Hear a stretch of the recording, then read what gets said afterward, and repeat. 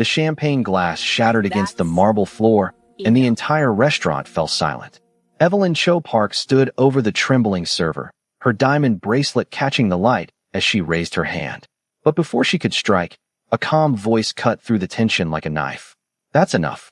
Every head turned toward the bar where Amara Reed stood, her dark eyes locked on the woman everyone feared. The air itself seemed to freeze. No one had ever challenged Evelyn Cho Park. No one had ever dared.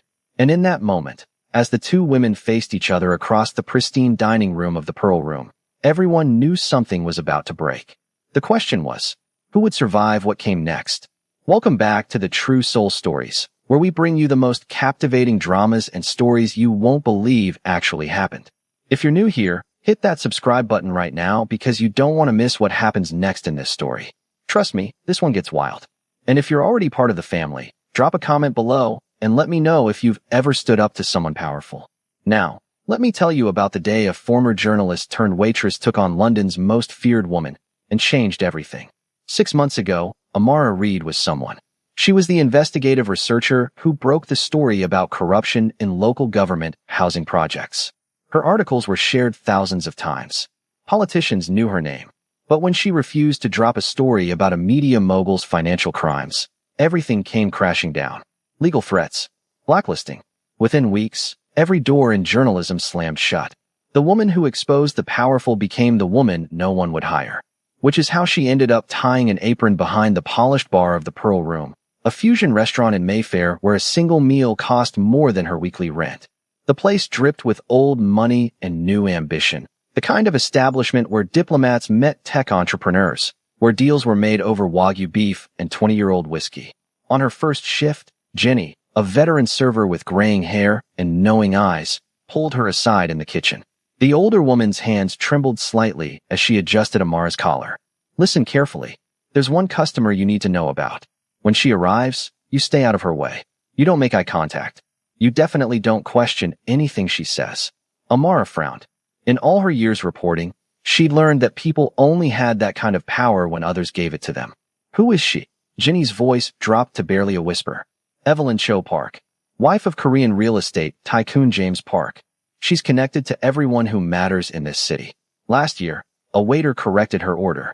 By the end of the week, he couldn't get a job anywhere in London. People say she makes phone calls, and careers end. Marriages end. Businesses end. Before Amara could respond, the temperature in the restaurant seemed to drop. The buzz of conversation faded. Even the kitchen went quiet. Jenny's face went pale. "She's here." Through the kitchen window, Amara watched a woman enter like she owned not just the restaurant, but the entire block. Evelyn Cho Park was in her early 50s, impeccably dressed in a cream Chanel coat that probably cost more than Amara's car. Her black hair was pulled back in a severe bun, her makeup flawless, her posture absolutely rigid. She moved with the confidence of someone who had never been told no, never been denied, never been challenged. The host practically ran to greet her, but Evelyn didn't acknowledge his existence.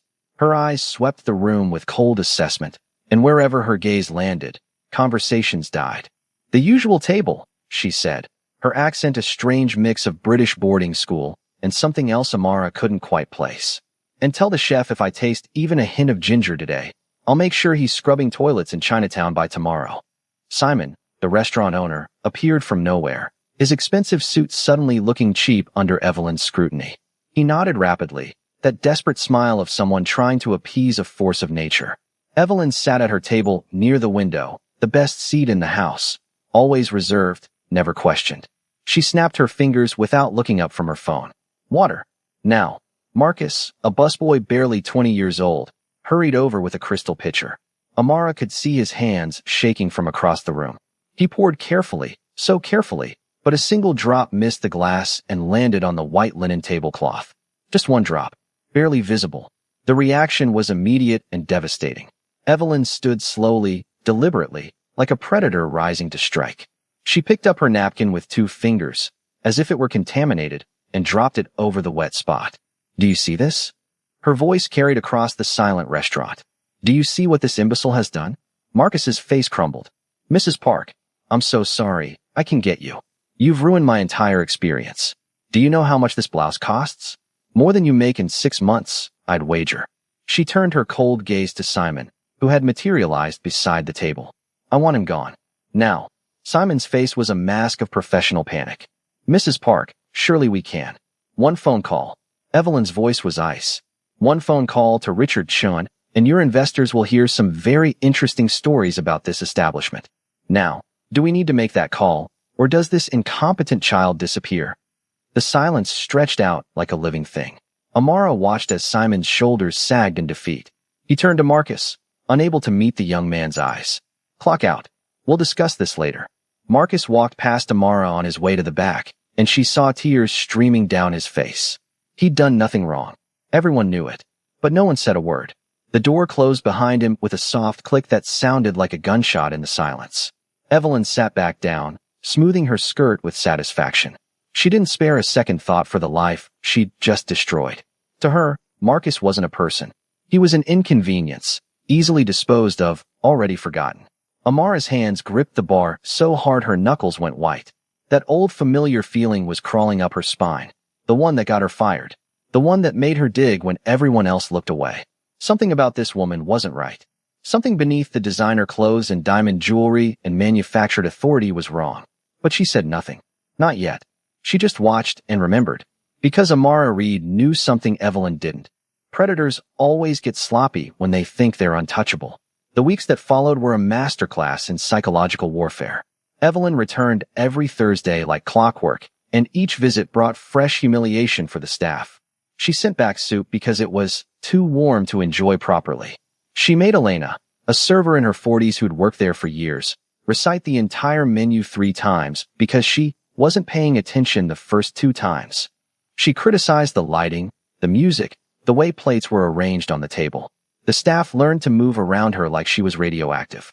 Conversations stopped when she entered. People volunteered to work in the kitchen on Thursdays just to avoid her section. The fear was palpable, suffocating, absolute. But Amara noticed something else. She noticed the way Evelyn's accent shifted depending on who she was talking to, more British with the wealthy clients, something rougher when she thought no one was listening. She noticed how Evelyn's knowledge of Korean culture seemed oddly superficial for someone claiming a prestigious Seoul background.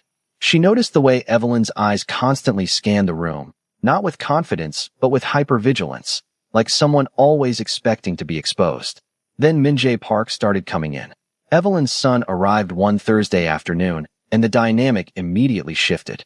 He was in his early 30s, handsome in an understated way, wearing expensive clothes like they were a costume he'd rather take off. When he walked through the restaurant, he seemed to be apologizing with every step for taking up space. He sat across from his mother at her usual table. Evelyn didn't greet him. She looked at his tie with visible disgust. You look like you dressed in the dark. Are you trying to embarrass me in public? Hello, mother. His voice was flat, emotionless, the tone of someone who'd learned that showing feeling only gave her ammunition. Amara brought their water. Min-jae's eyes met hers for just a second, and she saw something there.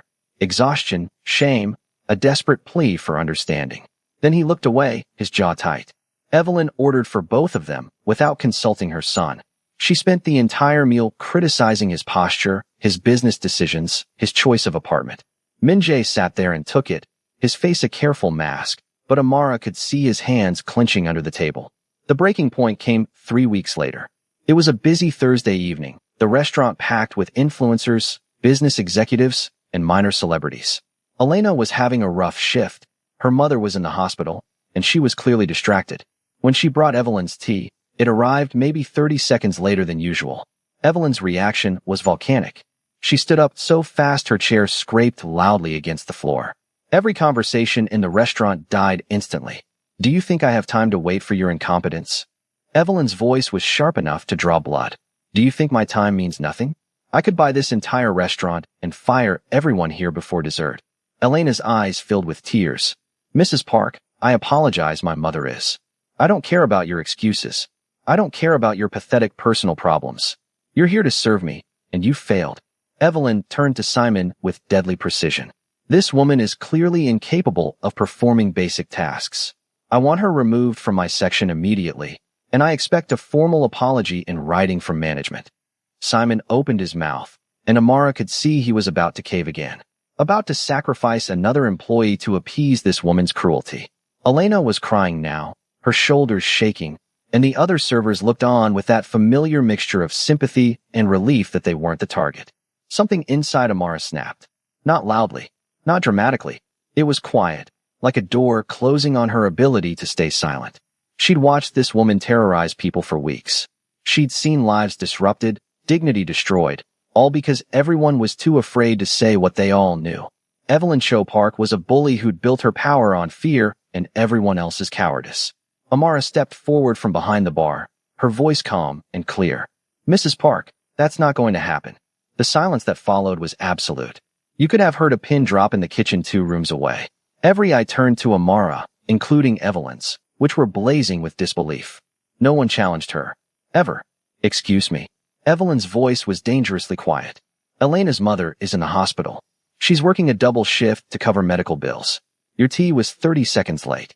I think we can all survive that level of catastrophe." Evelyn's face transformed into something predatory. She took a step toward Amara, and the shorter woman could feel the weight of everyone's fear pressing down on her.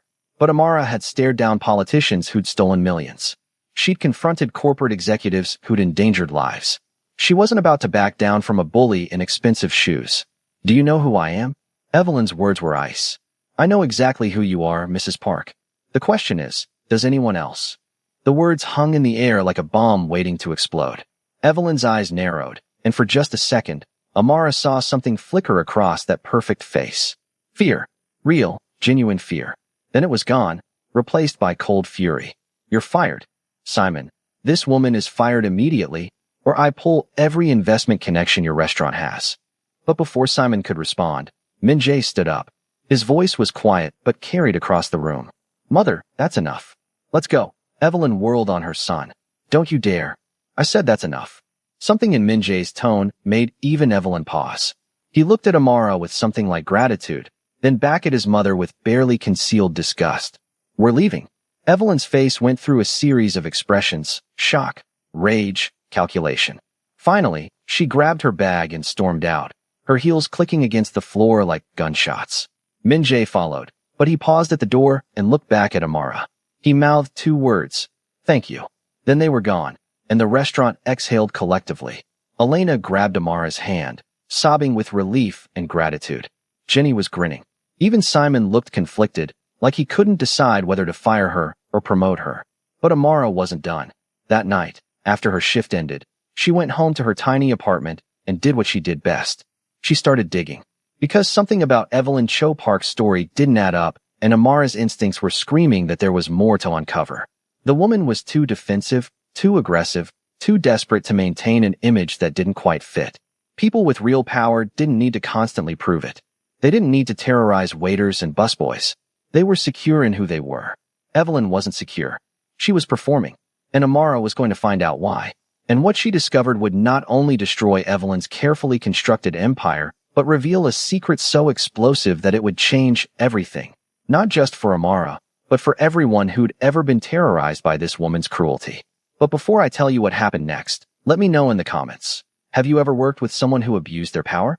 How did you handle it? Drop your stories below because some of them might be crazier than this one. Now, back to the story, because things are about to get absolutely insane. Amara spent the next 72 hours doing what she used to do when she was still a journalist, pulling threads until the whole fabric unraveled. She started with the basics: social media, public records, business registrations. Evelyn Cho Park's digital footprint was strangely sparse for someone supposedly from a prominent Seoul family. No childhood photos. No mentions in Korean society pages. No record of her maiden name, Cho, appearing in any significant Korean business or social circles. That was the first red flag. Wealthy Korean families, especially ones with the kind of connections Evelyn claimed, left traces. Charity events, university alumni records, society wedding announcements. But Evelyn appeared in the public record only after her marriage to James Park 7 years ago, like she'd been born fully formed at 43. Amara dug deeper. She used translation software to search Korean news archives. She cross-referenced names, dates, locations. And then, at 2 in the morning on the 3rd night, she found it. A grainy photo from a Korean entertainment website dated 15 years earlier. The headline translated to reality show contestant embroiled in scandal.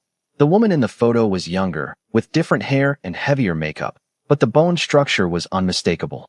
It was Evelyn.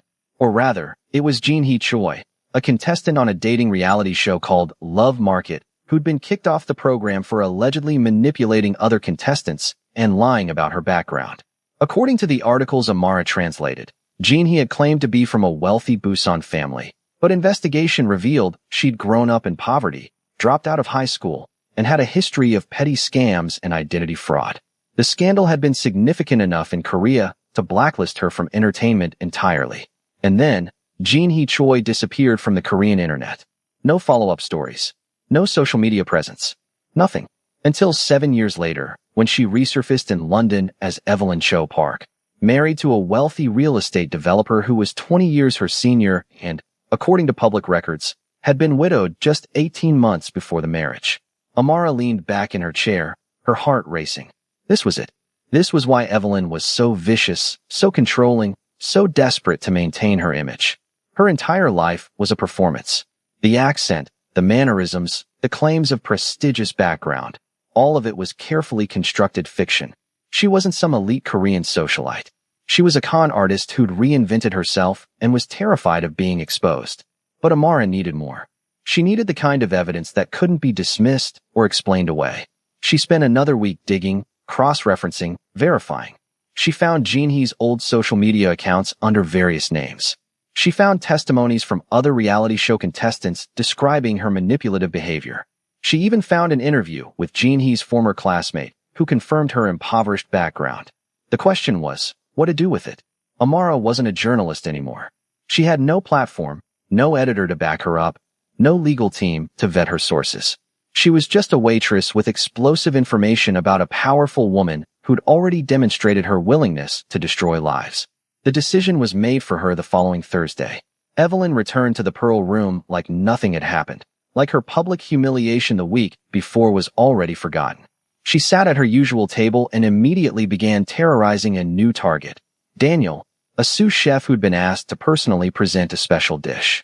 Daniel approached the table nervously, a beautifully plated halibut with citrus reduction balanced on his palm. He began to explain the preparation, his voice trembling slightly.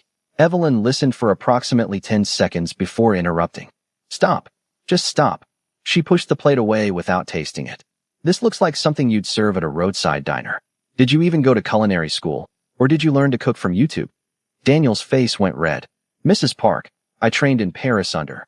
I don't care where you claim to have trained. This is insulting. Simon.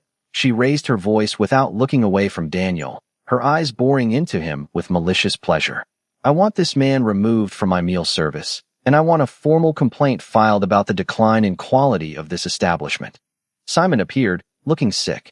The restaurant was packed again. Influencers, business people, even a minor celebrity sitting 3 tables away. Everyone was watching. Everyone was waiting to see who would be sacrificed this time. Except this time, Amara was ready. She'd spent a week preparing for this moment, and she wasn't going to let another person be destroyed by this woman's pathological need for control.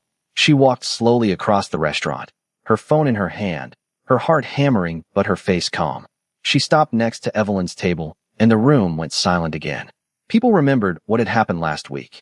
They were waiting for the encore. Mrs. Park, Amara said quietly, I think we need to have a conversation. In private. Evelyn's eyes narrowed. I'm not interested in anything you have to say. Simon, remove this woman from my presence. I think you'll be interested in this. Amara held up her phone, showing the grainy photo from the Korean entertainment website. Because I don't think everyone here knows the real story about Jin-hee Choi. Or should I say, the real story about you. The color drained from Evelyn's face so fast, it was almost comical. Her mouth opened, then closed. For the first time since Amara had met her, Evelyn Cho Park looked uncertain, vulnerable, exposed. I don't know what you're talking about, Evelyn said, but her voice had lost its commanding edge. It was higher, tighter, almost panicked. I think you do. I spent the last week researching you. Want to know what I found? There's no record of any Cho family matching your supposed background in Seoul. No private schools, no society weddings, no charity events. But there is a record of Jin-hee Choi from Busan, who was kicked off a reality TV show for lying and manipulation, who disappeared after the scandal, who resurfaced years later in London with a new name, a new accent, and a very convenient marriage to a recently widowed millionaire. The restaurant had gone from silent to absolutely paralyzed. Min-jae, sitting across from his mother, was staring at Amara with his mouth open. Even Simon had frozen in place, unsure whether to intervene or let this play out. Evelyn stood up slowly, and for a moment Amara thought she might actually become violent. But instead, Evelyn's face twisted into something ugly and desperate. "You have no idea who you're dealing with. I will destroy you. I will destroy your family. I will make sure you never work anywhere in this city again. Go ahead. I've already been destroyed by people more powerful than you." Amara's voice was steady, almost gentle. "But here's the thing. You built your entire life on fear. You terrorize people because you're terrified someone will figure out you're not who you claim to be. Well, guess what? Someone did. And now everyone knows." She raised her voice just enough to carry across the restaurant. "Ladies and gentlemen, let me introduce you to Jin-hee Choi, former reality show contestant, former small-time con artist, currently pretending to be someone she's not, and bullying innocent people to maintain the illusion." For 5 long seconds, nobody moved. Then, like dominoes falling, the reaction rippled through the room. Phones came out. People started whispering. Someone near the window actually laughed, a shocked, disbelieving sound that broke the tension like a stone through glass. They stood there in silence, and something shifted. The air between them felt charged, dangerous. "I should go," he said, stepping back. But he didn't move. And neither did she. "Min-jun," she started. "Don't." He cut her off gently. "Don't say anything you might regret. You're confused right now. I don't want words you'll take back tomorrow." He left, and she stood alone, her heart a confused mess of loyalty and guilt, and something new that scared her. The next week, everything exploded. Amara was reading when shouting erupted. Male voices, angry. Then a crash.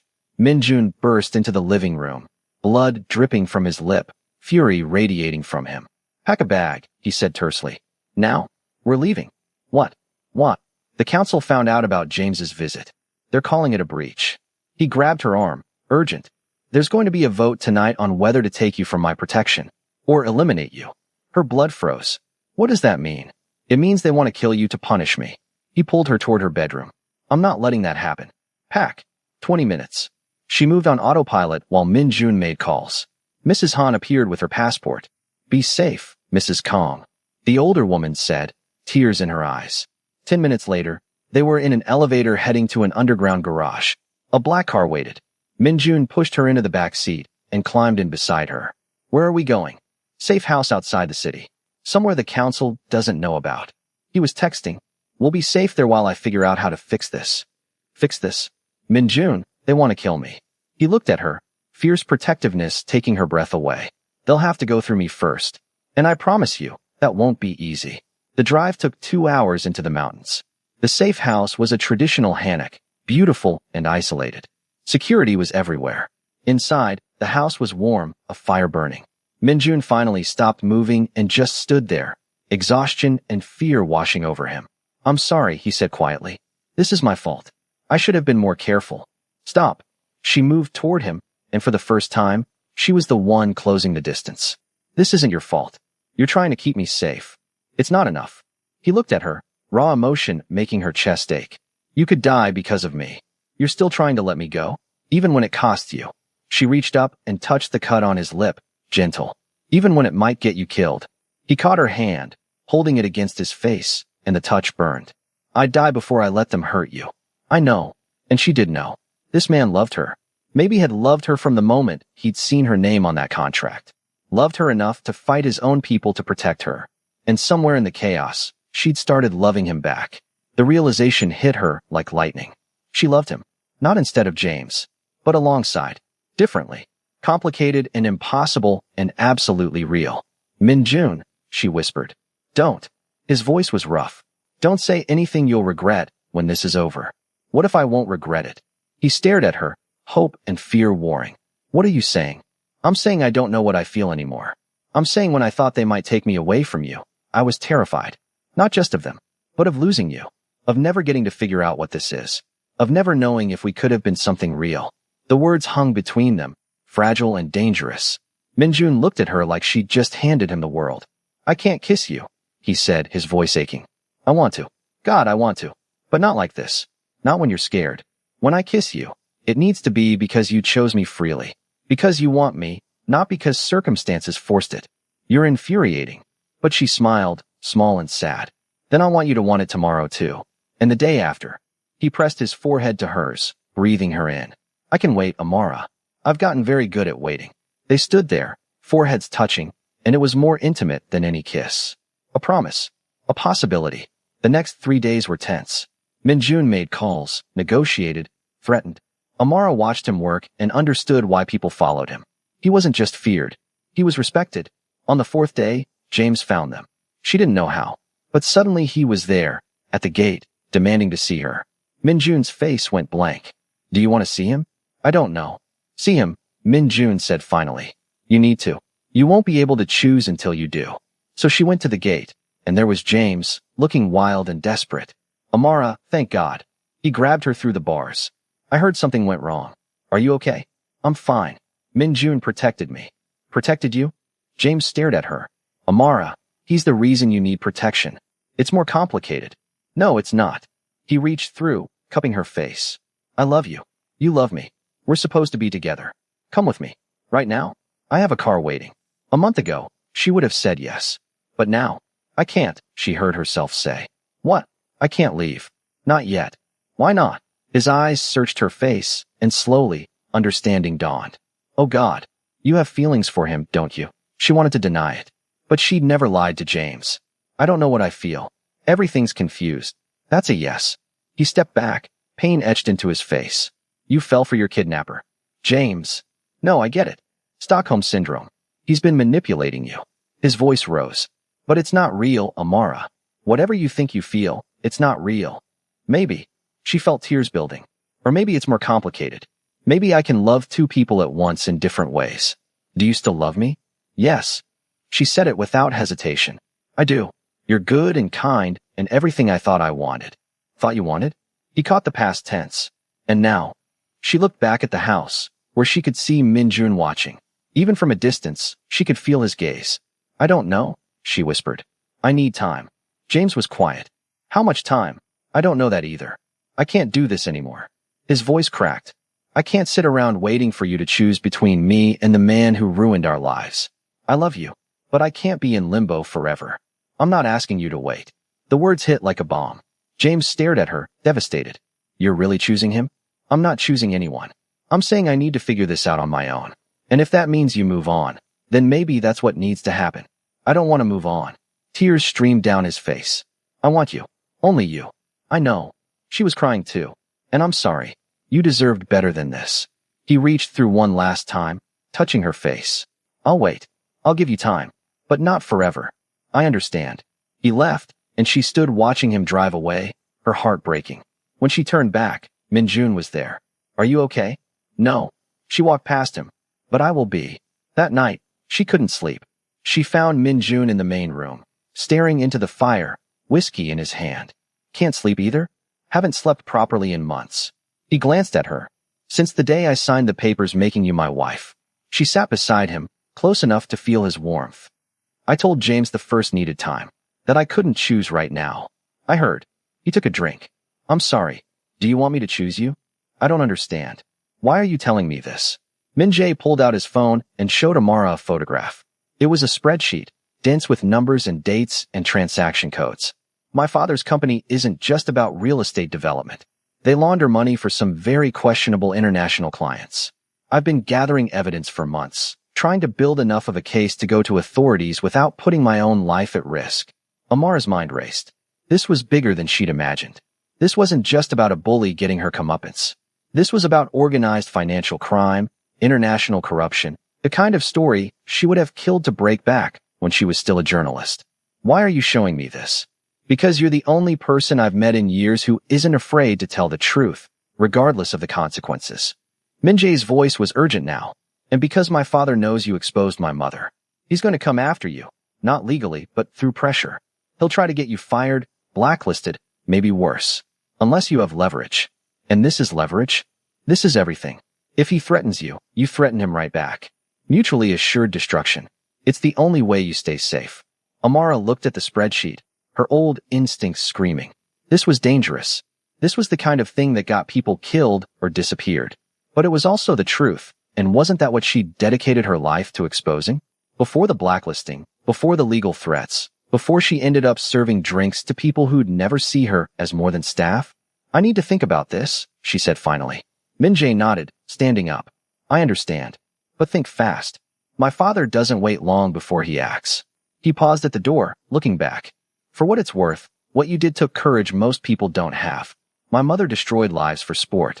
You gave her victims their dignity back. Whatever happens next, that matters. After he left, Amara sat in the coffee shop for another hour, staring at her own reflection in the window. She'd thought exposing Evelyn was the end of the story. Instead, it was just the beginning.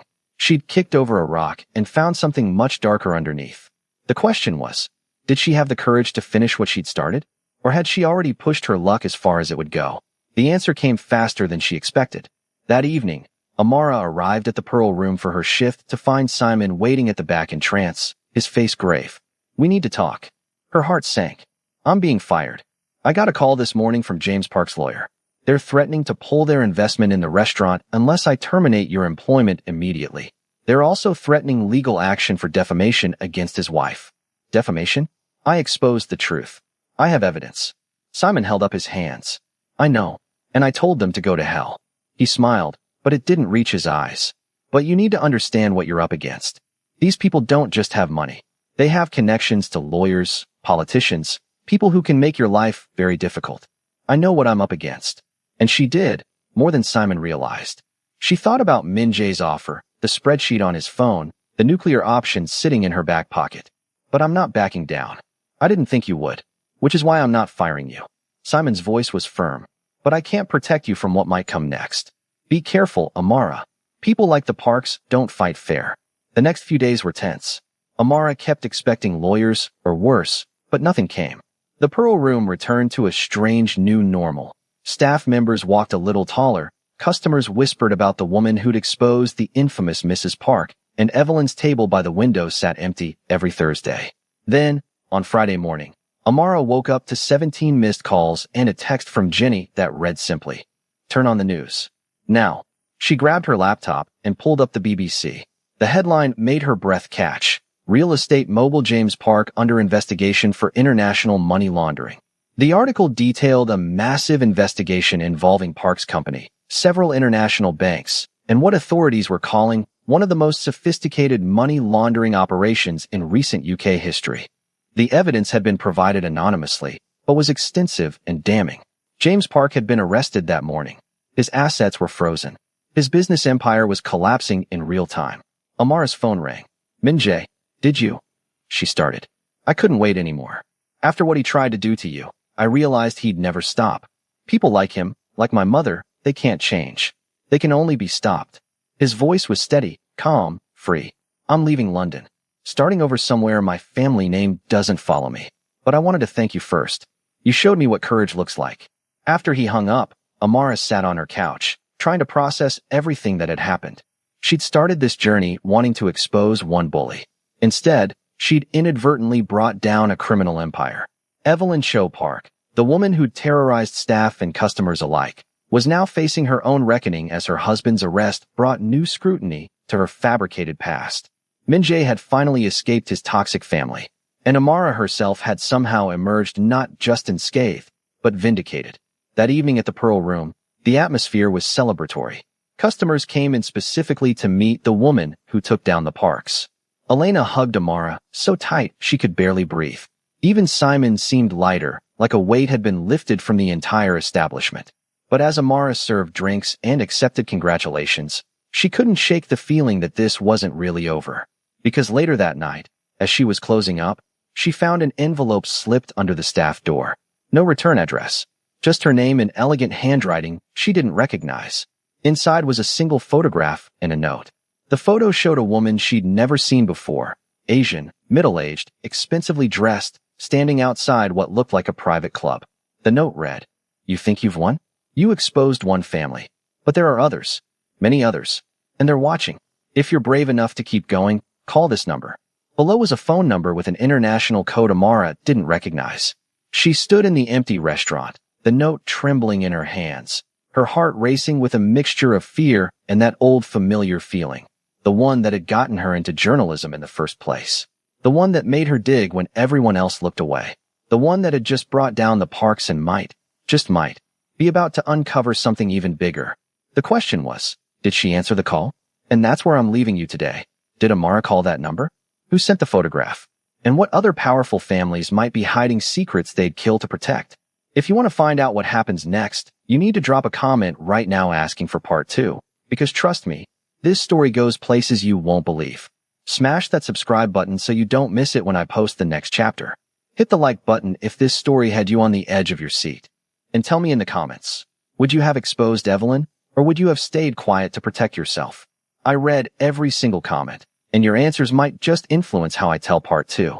Until next time, remember, the truth might be dangerous, but silence is deadlier. I'll see you in the next one.